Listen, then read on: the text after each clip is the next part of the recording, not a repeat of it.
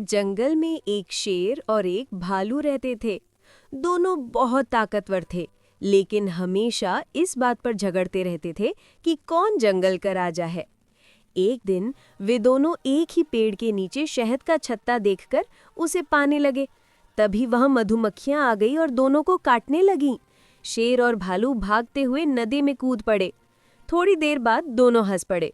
हमने शहद के लिए झगड़ा किया, पर दोनों को डंक मिले। उस दिन से उन्होंने तय किया कि वे दुश्मन नहीं, दोस्त बनकर रहेंगे। सीख: लड़ाई से नुकसान दोनों का होता है, दोस्ती में ही भलाई है।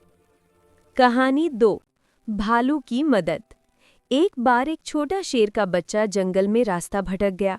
रात हो गई और उसे बहुत डर लग रहा था। तभी पास में एक बड़ा भालू आया।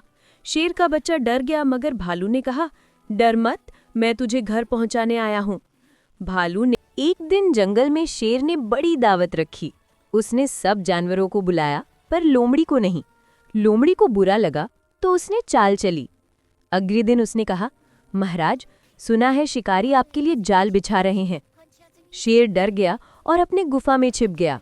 जब उसे सच्चाई पता चली तो उसने लोमड़ी से माफी मांगी और कहा, तुम्हारी समझदारी के बिना जंगल अधूरा है। सीख: अकल बल से बड़ी होती है। फिर कहानी 2: शेर और लोमड़ी की दोस्ती। एक बार शेर बीमार पड़ा।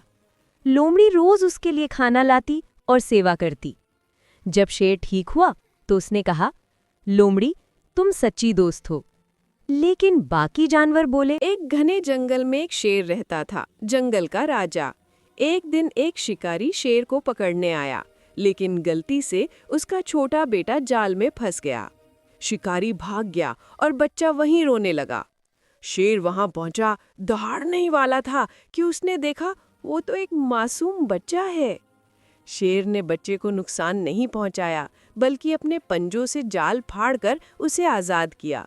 फिर धीरे से उसे अपने दांतों में पकड़कर सुरक्षित जंगल की बाहर छोड़ आया। थोड़ी देर बाद शिकारी वापस आया। अपने बच्चे को सकुशल देखकर आंसू भर आए। उसी दिन से उसने कसम खाई, अब वो कभी किसी जानवर का शिकार नहीं करेगा। तो क्या सीख मिली इस कहानी से?